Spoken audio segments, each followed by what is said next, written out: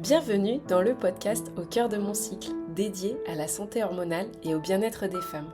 Je suis Mathilde Thiésy, coach en santé hormonale.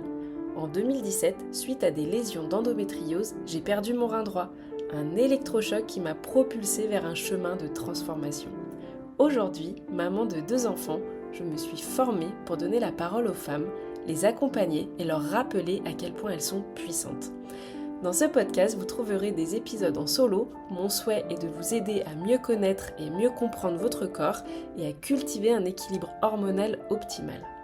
Vous trouverez également des épisodes avec des invités, des experts partageront leurs connaissances sur divers sujets liés à la santé hormonale et au bien-être féminin, de la gestion du stress à l'alimentation, en passant par le mouvement et la spiritualité.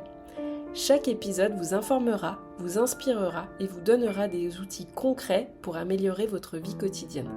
Restez à l'écoute pour des conversations enrichissantes, des conseils pratiques et des moments de connexion visant à illuminer votre parcours vers une vie épanouissante. N'oubliez pas de vous abonner pour ne manquer aucun épisode et rejoindre notre communauté sur Mathilde Ando Bloom. Merci d'être à mes côtés dans Au cœur de mon cycle pour explorer ensemble les merveilles et les défis de la vie féminine. Je suis ravie de vous accompagner dans ce voyage. Bonjour à toutes, je suis hyper heureuse de vous retrouver pour un nouvel épisode de Au cœur de mon cycle. Aujourd'hui, je continue sur ma série des minéraux parce qu'on n'en parle pas assez du tout. Aujourd'hui, on va parler du sodium qui en fait est aussi indispensable pour notre organisme. Comme on a parlé précédemment du magnésium et du calcium, aujourd'hui c'est le sodium. Alors on parle souvent du sel, hein, parce qu'en fait on associe directement le sodium au sel comme un ennemi, comme enfin voilà le truc surtout à ne pas ajouter au plat, surtout en Occident finalement où l'hypertension et tout ce qui va toucher aux maladies cardiovasculaires, eh ben, sont quand même en hausse, hein, on va pas dire le contraire. En fait, ce qui est surtout compliqué, qui pose problème entre guillemets, c'est l'excès de sodium qui va être raffiné et caché. Tout ce qui va être dans les plats industriels, dans les conserves, dans les snacks, le sel de mauvaise qualité.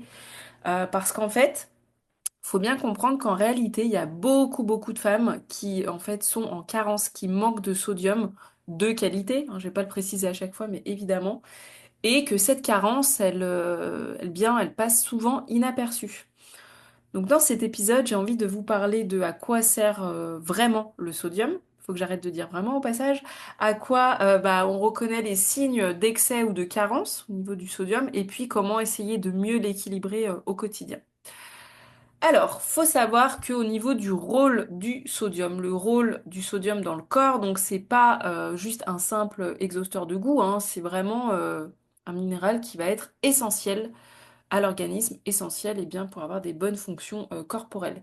Il agit sur tout ce qui va être équilibre des fluides et la rétention d'eau. Donc il travaille en duo avec le potassium, je vous en parlerai la semaine prochaine, pour réguler en fait où l'eau va dans le corps. Donc que en fait les choses aillent bien au bon endroit. Voilà, que ce soit au niveau des cellules, au niveau du sang, des tissus, etc. Aussi, le sodium, il a un rôle clé pour tout ce qui va être perméabilité des membranes cellulaires. C'est ce qui permet l'entrée et la sortie des nutriments et des déchets au niveau donc des cellules, donc ce qui permet de faire rentrer et sortir encore une fois.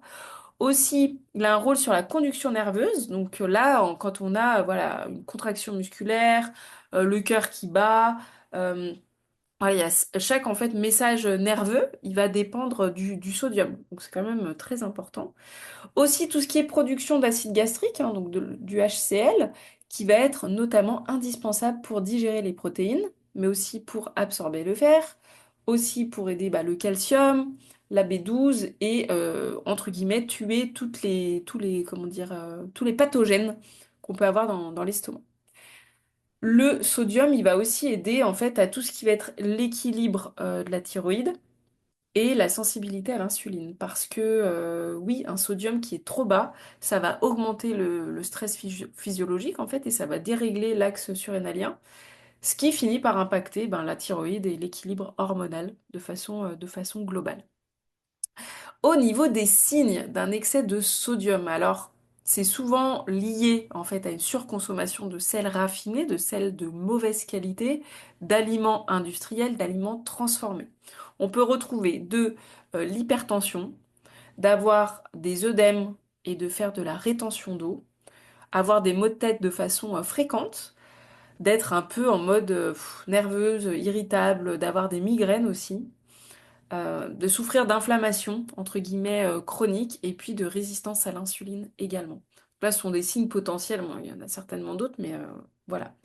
Au niveau des... Donc ça, c'est si c'est en excès. Maintenant, si c'est en carence, ce qui est beaucoup plus fréquent que ce qu'on pense en fait, hein. Il peut y avoir de la fatigue chronique, il peut y avoir de l'hypotension.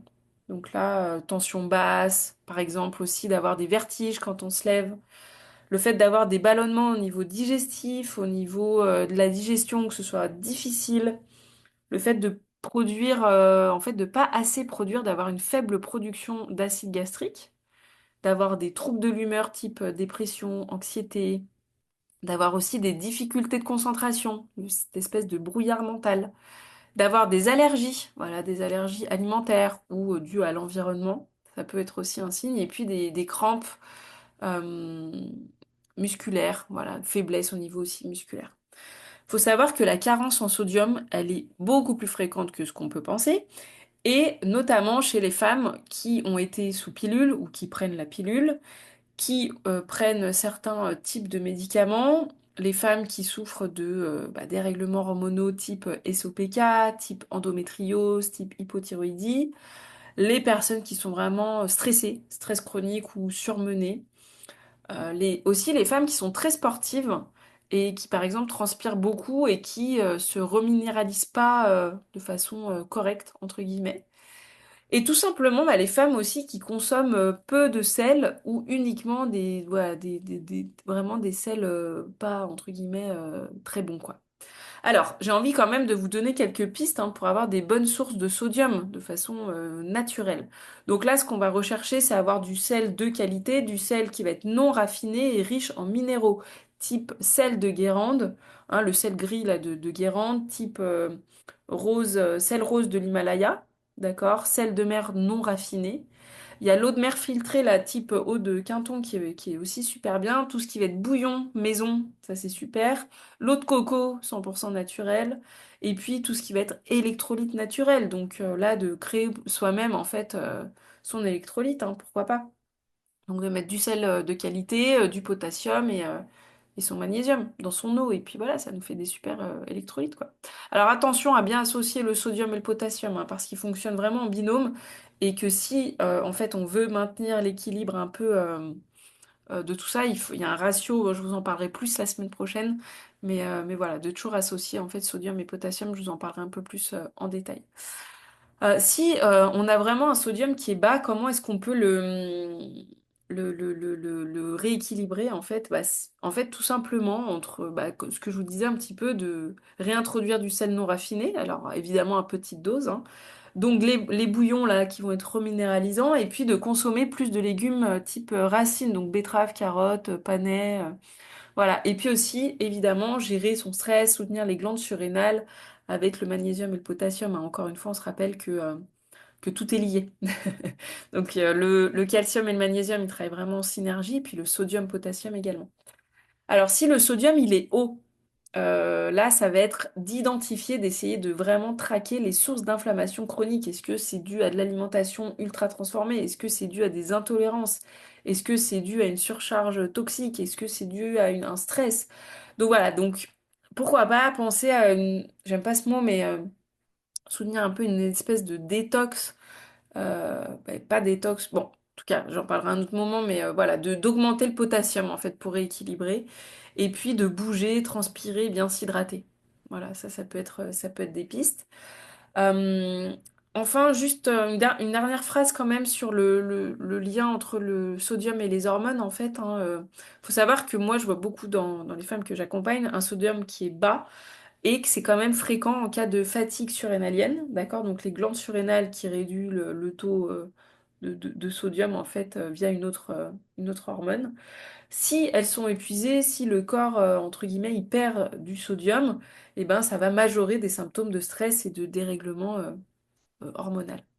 Il faut savoir que le sodium, il participe à la régulation de l'équilibre acido-basique, d'accord? Donc un terrain qui va être trop acide, encore une fois, que ce soit par de l'alimentation hyper transformée ou du stress, eh bien ça va aller puiser dans les minéraux qu'on appelle alcalins, dont le sodium fait partie, et ça va en fait fatiguer l'organisme, hein. Donc, en conclusion, je dirais que le sodium, alors il est entre guillemets un diabolisé, hein, ou mal utilisé, je ne sais pas, mais c'est un minéral dont on a vraiment besoin pour notre énergie, pour notre système digestif, pour notre système nerveux, pour notre équilibre hormonal. Et donc là, la priorité, l'objectif, c'est d'éviter tout ce qui est excès évidemment, et de soigner, on va dire, son apport naturel, comme je l'ai évoqué dans cet épisode. En tout cas, j'espère que ça vous aura apporté des pistes. N'hésitez pas, si vous avez la moindre question, à venir échanger avec moi. C'est toujours un vrai plaisir et je vous retrouve très bientôt pour un nouvel épisode, cette fois sur le potassium. Prenez bien soin de vous, à bientôt. Cet épisode est fini. Merci infiniment d'avoir rejoint cette aventure au cœur de la santé hormonale et du bien-être féminin. Ensemble, nous avons exploré les mystères et les défis de la vie féminine en mettant en lumière le pouvoir et la résilience qui résident en chacune d'entre nous. Je vous encourage à continuer à cultiver cet équilibre hormonal optimal, à écouter votre corps et à prendre soin de vous avec compassion et bienveillance. Rappelez-vous toujours que vous êtes votre meilleur allié dans ce voyage. N'hésitez pas à partager cet épisode à une femme qui pourrait être intéressée. Continuez à vous connecter avec notre communauté sur Mathilde Ando Bloom où vous trouverez des ressources supplémentaires, du soutien et des encouragements pour votre cheminement personnel. Je suis vraiment honorée de faire partie de votre parcours et reconnaissante de la confiance que vous m'avez accordée en me permettant de vous accompagner dans cette quête de santé et d'autonomie. À bientôt pour de nouveaux épisodes où nous continuerons à explorer ensemble les merveilles de la vie féminine.